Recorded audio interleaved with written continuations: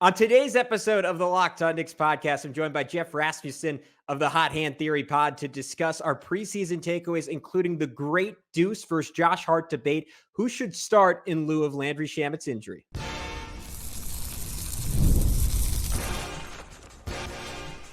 You are Locked On Knicks, your daily New York Knicks podcast, part of the Locked On Podcast Network. Your team every day. Hey guys, what's up? Locked On Knicks Nation. We wanted to remind you that today's episode is brought to you by FanDuel. You can start the season with a big return on FanDuel. Place your first $5 bet, and you'll get started with $200 in bonus bets guaranteed. Visit FanDuel.com to get started. I wanted to thank you for making Locked On Knicks your first listen today and every day, because we are with you 5 days a week here on Locked On Knicks, at least 5 days a week. Today it's going to be 6, maybe 7. I don't know. We'll see. But if you want to become an everydayer, be sure to subscribe on YouTube, hit that notifications bell to ensure you never miss an episode, and then be sure to subscribe on your favorite podcast platform of choice so you always have us with you on the go. But who's shilling for subs? I'm Gavin Shaw, your favorite play-by-play broadcaster's favorite play-by-play broadcaster. I've been covering the NBA for a decade, and I'm joined by another hoops head, Geoff Rasmussen, the co-host of the Hot Hand Theory podcast. You've heard XJ, his co-host on there, a whole bunch on this podcast. Geoff is also fantastic. He's a big advocate of starting Deuce McBride over Josh Hart. So we get into that. We get into so many more preseason takeaways in this part 1 of 2 parts here on Locked On Knicks with Geoff. All right, guys, as promised, lucky enough to be joined by Geoff Rasmussen, the co-host of the Hot Hand Theory podcast, one of my favorites, covering the Knicks. First time we've gotten to do this on Locked On Knicks. I know you came on with Alex last year, but really appreciate you taking the time, man. I'm excited to dive deep on what was a thrilling, eventful preseason. Yeah, excited to be here. Thanks for having me on. Excited to talk some Knicks and some basketball. Let's get into it.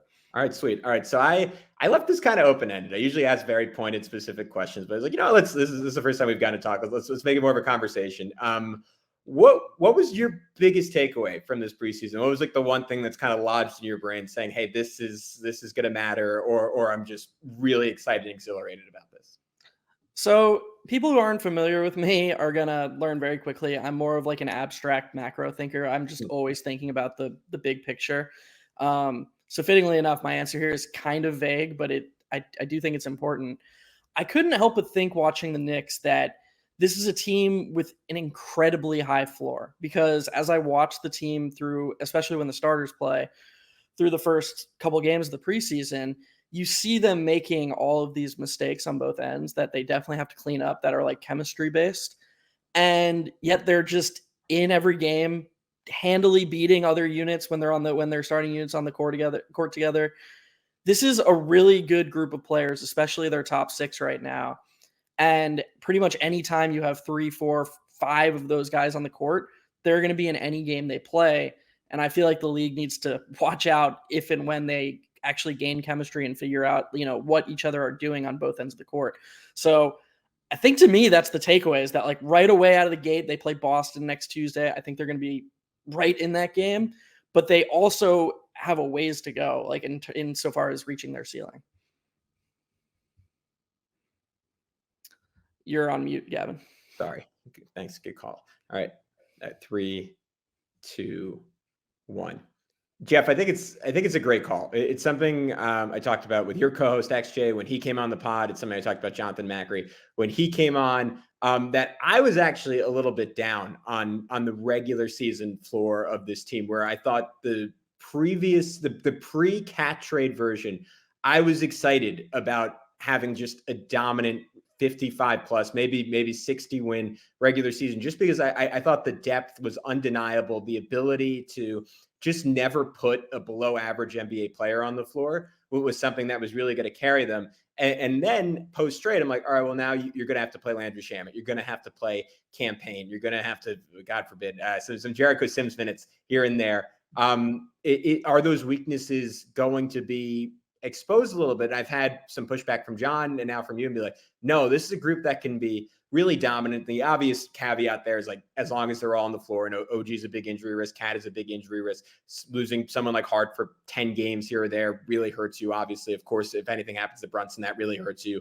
But I am with you that if this group stays healthy, it just sort of feels like they're barely scratching the surface, like especially in the Brunson Cat 2-man game. We got a little bit of it against the Wizards, against the better defense in the Timberwolves. It looked a little awkward. It looked a little choppy at times, but I do almost like, I'm starting to come around the idea like, hey, this is a team like with like, if all the crappy injury luck they've had the last 2 years finally comes around, could be close to a 60-win regular season team just because Cat makes everything that easy offensively. I guess that's like kind of my in for why this team could be so dominant in the regular season. Like what specifically did you see? Like, oh, if this clicks and if they hit the highest version of this, they can just win a ton of games as a regular season team. It's just the fit of everything, the cohesion. I'm huge on synergy. I think we saw what Brunson, like all Knicks fans know how valuable and how impactful Brunson was last season, especially after Randall and OG went down. And, you know, he got MVP votes correctly for a reason.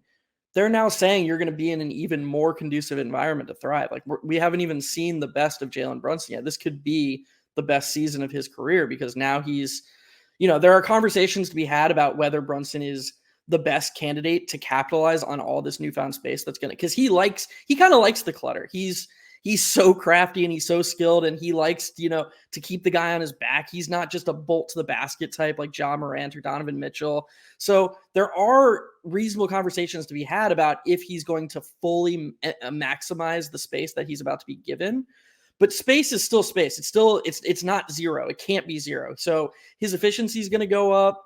His volume is I think it's going to maintain, and we're about to talk about this with the offense, but I don't think he's going to see a huge drop off in volume from the end of the last season. I think a big burden is going to be placed on his shoulders, and I think the Knicks would be correct to do that.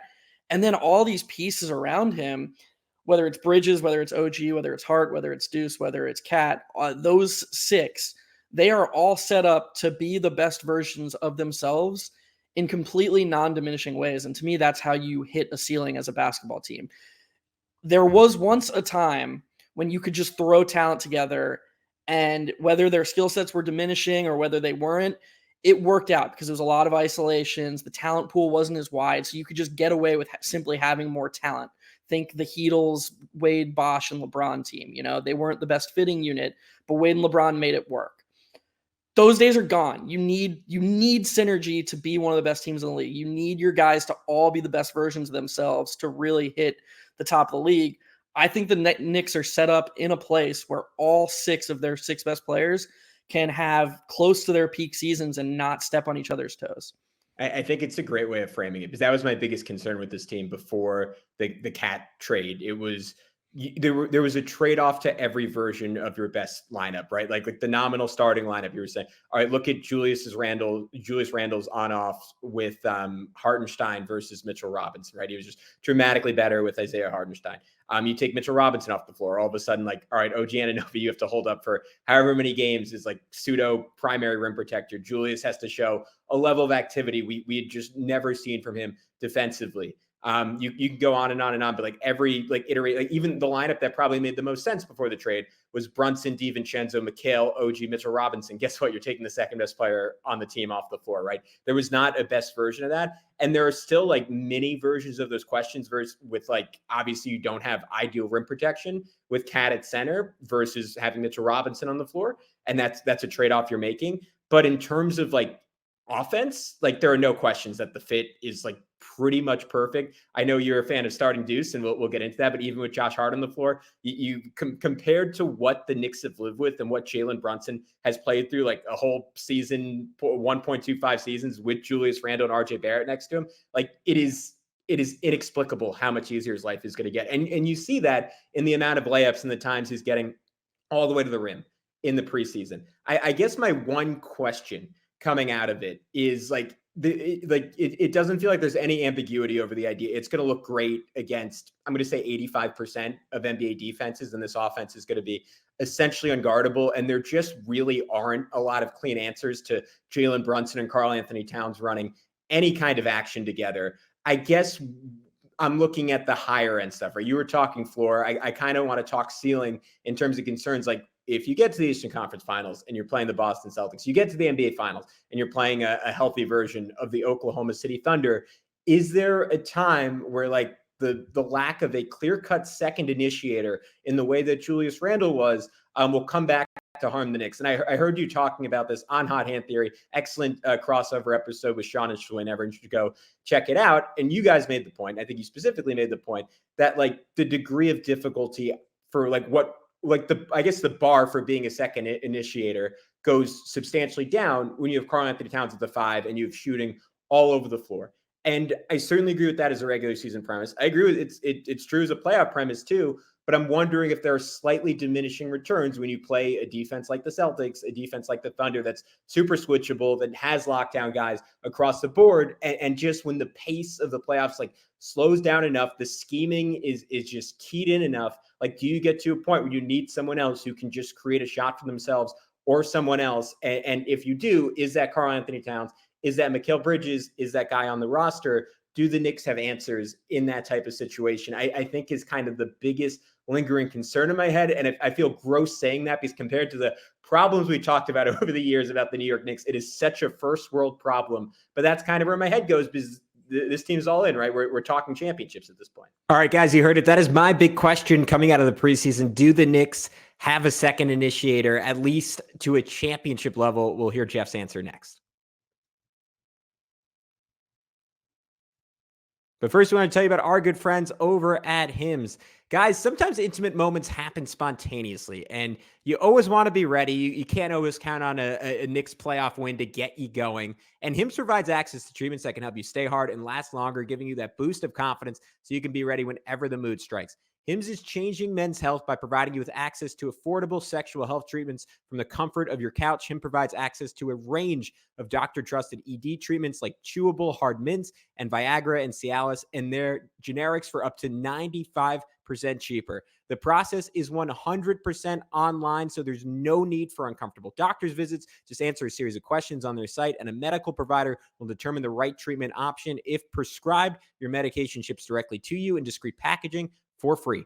No insurance is needed, and one low price covers everything from treatments to ongoing care. Start your free online visit today at hims.com/LockedOnNBA. That's HIMS.com/LockedOn for your personalized ED treatment options. HIMS.com/LockedOnNBA. The product mentioned are chewable compound products which are not approved by or verified for safety or effectiveness by the FDA. Prescriptions require an online consultation with a healthcare provider who will determine if appropriate restrictions apply. See website for details and important safety information. Subscription required. Price varies based on product and subscription plan. Yeah, so I subscribe to the theory that one elite creator is enough. I think that in the right atmosphere with enough space, to the point that you brought up that we talked about on Hot Hand Theory, I think the threshold lowers for secondary creation if there's enough space. But we're talking about at the highest level. I still think that does hold true relatively. I think that a guy like Mikal Bridges doesn't need to be as good as Julius Randle because he's operating in a paradigm that's much easier to operate in than Randle was operating in when he was on the Knicks. Towns has shown some of that in the playoffs at a pretty high level. I know he kind of struggled against Dallas in the Western Conference Finals last year, but he had some really nice playoff moments. Don't want him to be balancing out possessions with Brunson, but insofar as somebody who can be a second or third tertiary creator behind Brunson, I think on this team with this amount of space they're gonna be in, they have enough. And I think, you know, one of the questions about the offense and, you know, the low hanging fruit regarding the offense, I actually think regarding the preseason, one of the things that worried me, I don't want to say worried, that's too negative, but just one of the things that kind of stood out to me, they were making a very obvious effort to run these sets for Bridges. Like they see him as the secondary guy. And I think they're doing that because they see what you see. There are going to be times when Bridges needs to be leaned on. And I get that. And again, we're talking about the ceiling. I do think that's going to matter. But as far as the regular season goes, I kind of hope the Knicks just simplify it more and just run it through Brunson more. It's a very interesting dichotomy to me because all these last two seasons we've talked about, oh, the Knicks need to run more schemes and, oh, can we get Grimes open, pop him open for threes? Can we run some plays for Grimes? And, you know, it was always Right, exactly. It was always a very basic offense of, Brunson just running high 1-5 pick and roll. And it was a good offense or a very good offense because we were low turnover, high offensive rebound. Now they finally have a team construction where that basic offense is just going to be good such a high percentage of the time. You can't guard Brunson in the pick and roll when the only way to guard him, assuming the screens are solid, is to help off of one of these shooters, and they're all knockdown shooters. So I hear your concern, but I don't share it. I think the Knicks offense will be enough at pretty much any level against any opponent. Yeah, and I think it's worth noting, like my nightmare here is what we saw at times against the Sixers and against the Pacers, where it's the fourth quarter and you're like, oh, Jalen shot 12 of the last 13 possessions, right? And that's kind of because it did get to a point where this guy who doesn't really seem to wear down, and like people make the Isaiah Thomas comparisons, and it's BS because Jalen Brunson is built like a goal line running back. Like he should be able to physically hold up to it. There was a point where it became too much for him, but you also have to take into account what you're saying, like that initiation burden, true for the second guy, absolutely true for Jalen Brunson, obviously in terms of spacing, but also just in terms of the physical toll, right? Like you're not taking the same hits when you have that much room, when you're getting all the way to the rim and not having to like shoulder bump a 6'6", 250-pound dude 3 times to get off a fadeaway. Like it just becomes a little bit easier. And like, just like even shot creation for other guys. Like I think of just some of the mechanics Jalen would have to go through. We'd have to like pump twice, pivot, reverse pivot, throw another pump, then do like a double pump pass, like out to the opposite corner. Now it's like pick and roll with Cat. Hey, Naz Reid is sitting at the nail, swing it to the elbow. It's a wide open 3 for OG Anunoby, right? Like what do defenses do? And yeah. I'd like to just steelman your point about the rim attempt specifically here, because I think it's such a great point for Knicks fans who don't know this, who they watch the Knicks games and they see how crafty Brunson is, how skilled he is with the ball. I think it's a very natural assumption to just be like, oh, this smaller guy, he must be elite at the rim. He has to be. He's 6'1", that must be how he's such a good scorer. His 2 seasons as a Knick, he's taken under 5 attempts a game at the rim, which make up barely a fourth of his overall attempts. And he shot 57 and 56% at the rim, which has been in the 24th and 18th percentile. That's ridiculous for someone who has the touch and the overall skill he does. And just, we're talking low-hanging fruit. Just that alone, you move him up to league average at the rim and change nothing else. He was already an MVP. His overall efficiency is going to get even better. And to your point, his life gets easier because there's not the bodies at the rim and the contact he's taking. They're just not there as much. So I think it's a great point by you. Yeah. And just, I mean, you're going from the most, and again, maybe we'll see some time with him as the season goes on, but the most rim-bound center in the league in Mitchell Robinson to one in Cat, who can be as far away from the rim as you need and still be super effective. What was, maybe we hit it already and I missed it, but was there anything else you had in terms of like concerns coming out of the preseason, or was it most of what we've already discussed? I would say my biggest concern, man, people are going to hate this. My biggest concern is just the rotation. Look, I know a lot of people disagree about this. I've gone back and forth. I think it's almost paramount that the Knicks start Deuce. And with Shaman injured, I feel even stronger about it. And I'm just going to make an elevator pitch to the people listening. I hope enough people listen with an open mind. I know more people disagree with me than agree with me. I'm okay with that. This isn't about Deuce versus Hart. What it is about the net gain for the team on just the overall what is best for the Knicks on the whole. And in my opinion, the Knicks have 3 very good wings who they trust to play small forward and power forward. And that's Mikal Bridges, OG Anunoby, and Josh Hart.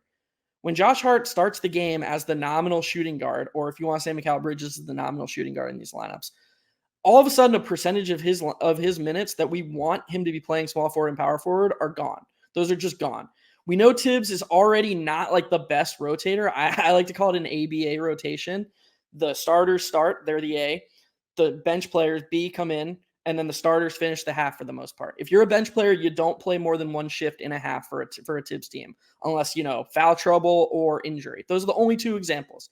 He never subs a bench player in, subs him out, and then subs him back in. He just doesn't rotate that way.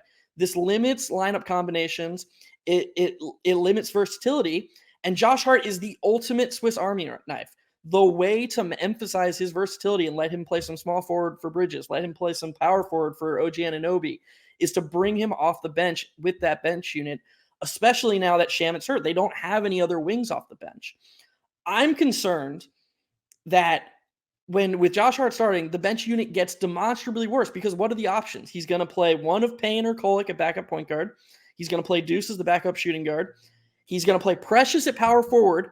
We're stepping on Precious Achiuwa's impact by moving him from center to power forward. That is objectively true. He is a worse power forward than he is a center. His impact will be worse when all of a sudden his not so good shooting gets emphasized more. It's more valuable at power forward to be a shooter than it is as a center. You can get away with Precious Achiuwa not being a shooter if he's playing center, not at power forward. He's going to play Jericho Sims at center. That front court doesn't work offensively. It's going to get destroyed, I'd imagine. A much better bench unit, one that we could just go to right now, is 2 guards, Bridges, Hart, and Precious at center. So in my opinion, bringing Deuce off the bench, the bench unit goes way down for a nominal gain in Hart over Deuce in the starting lineup. At best, there are people who I think could make very reasonable arguments that Deuce in the starting lineup is just better, that you're gaining both in the bench unit and in the starting lineup because the starting lineup has more space. It has a better defender on smaller guards at the point of attack. They don't really have that in the starting lineup now when they play a guy like Maxey, when they play a guy like Donovan Mitchell. They're going to have Hart and Bridges sharing on him. That's not their best matchup as far as defense goes. Put Deuce in the starting lineup, you have an answer to those questions.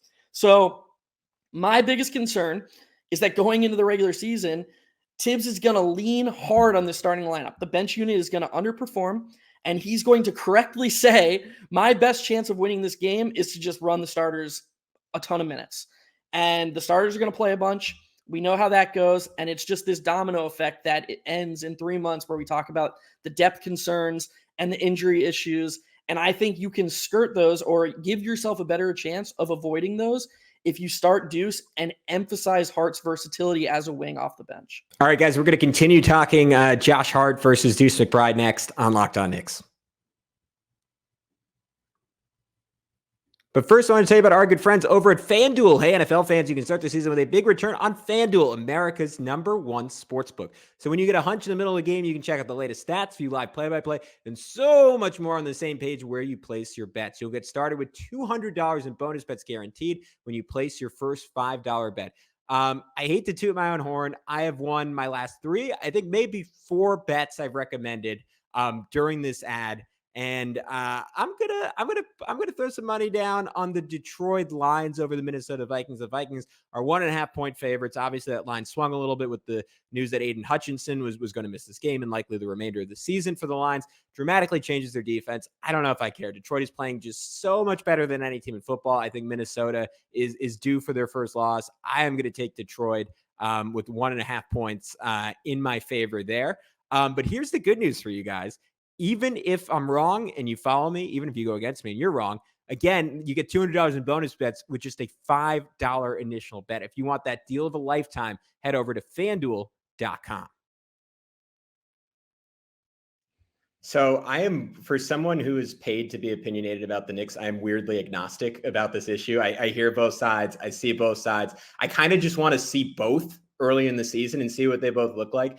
I'm sorry to step on your toes, Gavin, but that's another argument. That's another argument for Deuce starting.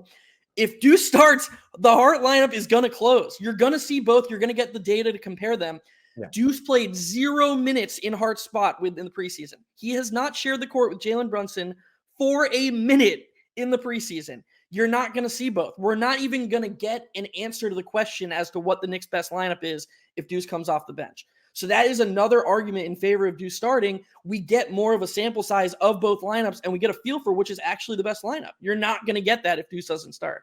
It's a great point. I was surprised we didn't get, maybe in game 5, if he goes back to the starters, we'll get a little bit of that. I'm surprised that Tibbs didn't want to get a look at it. I like having Hart out there for his rebounding, but Cat honestly alleviated some of those concerns because I thought he was just fantastic, particularly in that Minnesota game, which was like the one real game the Knicks played this preseason. Like Cat was dominant. He was aggressive. XJ did a great job laying it out when he was on. Like early in his career, Cat was like borderline elite rebounder as a center. Like if he can do that, if he can bring that, You're going to inevitably lose something on the offensive end. You put a lot of weight on OG and Mikal to be better rebounders than they have been. You put a lot of weight on Deuce to like do his part and probably box out a bigger guy. I think they can hold up. I don't think they're going to be bad in that area. And the thing is, offensively, to your point, they're going to be less reliant on offensive rebounding than they've ever been. The model for them being an elite offense, the model for how they've been an elite offense in the past is kind of irrelevant at this point, because now they can just do it the way most NBA teams do it, which is a star surrounded by a whole lot of shooting.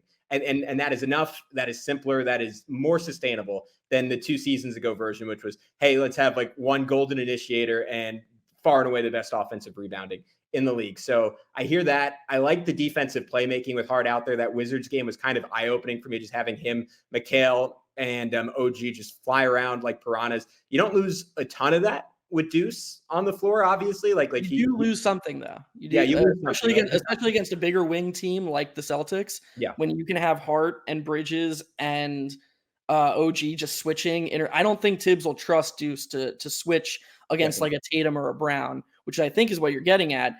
But what we're talking about here are the trade-offs, you know? Yeah. Like we're talking, like I'm not claiming that Deuce over Hart is a 100% Deuce gives you an upgrade in every area. I recognize that the Knicks will run a slower pace with Hart off the court. He is their pace. Yeah. When he grabs the rebound and goes, that is a very valuable offense when he's creating. And there's clear-cut chemistry between him and Mikal, and kind of an IQ Obi way, just Mikal looking out, Hart chucking it down the floor. So there are trade-offs here. We're just talking about the net, and in my opinion, the minutia matters. But in my opinion, there are more positive trade-offs when you consider all of these factors to starting Deuce, especially when, as we said before, the Hart lineup is going to be the closing lineup. Like we know how Tibbs operates. That's going to be the closing lineup. I feel very strongly about it. And I think that we're going to look back in a few months. I hope I'm wrong, because hopefully the starting lineup is just so good it doesn't matter. And that's another thing I want to make clear. Even if Hart starts, the starting lineup is going to be elite. It might be the best starting lineup in the league with Hart or with Deuce. I made the claim on Hot Hand Theory that it could lead all starting lineups in net rating this season either way. So this is a very good problem for Knicks fans to have. Yeah, obviously the Shamet injury changes things, and it pushes me more towards the Deuce side of the argument, because I don't really know what you do otherwise. Like I don't really expect, like I haven't seen enough from. We got a very brief glimpse of him. TJ Warren does not look like someone who can play rotation minutes at this point. He could definitely be a shot maker. I think he'd be fine on offense. He just looks slow as dirt, which pains me as someone who's a lifelong TJ Warren fan, going back to his NC State days. Pacom, I think he was fantastic in the second quarter against the Hornets in the preseason. I don't want to see what it would look like against the Celtics and their offense. Like I think he's a very smart player for a teenager. He's still a teenager, and to ask any teenager that's not Luka Doncic to play like rotation minutes on a good team is just asking a lot.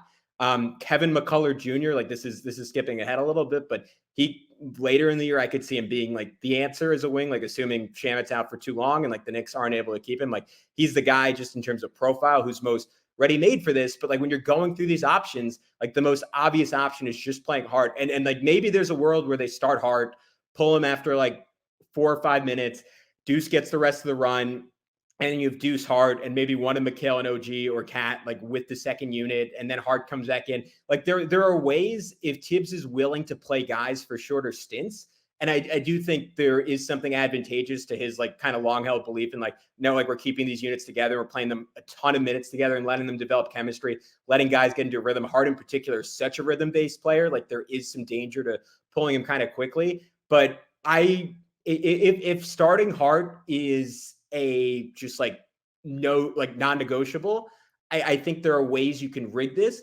I just don't really see like the plausible bench unit right now against the best teams in the NBA. And like, that's sort of the Knicks schedule, the first 10 games that they're playing high level playoff teams, where you're putting like Pacom or TJ Warren, or even if he's healthy, like Kevin McCullough Jr. on the floor and expecting it to work out, or to your point, like playing Precious and Sims, which might be the most realistic one, because that's what we've seen from Tibbs in the past. Like the defense will be fine. The offense will be like disgusting compared to what it should be for a team of this caliber. We can get to it later. I have some pushback on the Precious power forward, because I do think him and Cat can work well together, but I'll let you riff on that, because I don't really see another answer there with the second unit. agree with you. I have come around on that. I was wrong when Schwinn came on our podcast and pitched Precious being the starter. I was very, very dismissive because my mind always goes to shooting and spacing. Precious can play in a front court with Cat. I would be a little nitpicky and pedantic and say that Precious might be the nominal center in that lineup. Yeah, like I think especially offensively. when I was listening to today, that's what I was saying. I was like, I think Precious offensively is the center in that lineup, and he's rim rolling, and then it works. Yeah. And you could argue minimizing Cat, but anyway. So Yeah, no, I think it's a fair point. I agree. I guess I'm saying I don't think you can play Precious at power forward next to a rim running center like Jericho Sims. I think it gets too cramped. I think to your point, the offense will be bad. And this creates a domino effect, remember, because what were we talking about, 10 minutes ago? You take a guy like Jalen Brunson, he's so skilled, you put him in more space. This is a fringe to maybe an MVP candidate. Well, the biggest criticism of a guy like Deuce McBride is that he's not a point guard, that he doesn't create offense like Jalen Brunson. Now you're going the other direction. You're taking a guy who you're saying he shouldn't start because, he's not a good enough playmaker. And he's got some room to grow in terms of creating rim pressure. And I'm not sure if the shot's there yet, yada, yada. But okay, how is he supposed to succeed if the majority of the time he plays, he's in this awful spacing environment like this? There's no logic to it at all. Honestly, I think that Tibbs is hoping to just get to Mitch returning. I think that is like what he's trying to do. He's trying to put a Band-Aid over something that he doesn't see as fixable. And he's just like, all right, I'm going to get guys who I know can give me a pretty high floor defensively. And they're going to play, a couple minutes together each half. We're going to do this. We might lean on the starters a little bit more. Mitch will get healthy and the team will get better, and the bench unit gets better when Mitch gets back. I would not be surprised if that is his underlying logic. All right, guys, that is it for part one with Geoff, but fear not, we're going to come back later today with part two. Continuing to talk Deuce McBride, Josh Hart a little bit, but more so focused on the rookies, Tyler Kolek, Pacom Dadier, Ariel Hukporti, even Kevin McCullough Jr. Can any of those guys contribute? And what we thought about Cat's defense in the preseason, because I actually saw some stuff that got me pretty excited. We get into that all later today with Geoff here on Locked On Knicks.